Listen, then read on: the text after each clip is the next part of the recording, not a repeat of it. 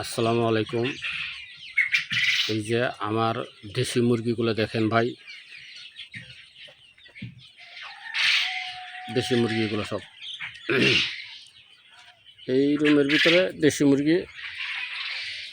এগুলো আমি নিজে উৎপাদন করি, নিজেরই মেশিন আছে, ইনকিউবেটর মেশিনের মাধ্যমে আমি ফুটিয়ে রাখি। এখানে বিভিন্ন সাইজের কারণ হলো আমি এক সময় ফুটাই, কিছু বিক্রি করি, কিছু রয়ে যায়, তার ধরুন ছোটো বড় এখানে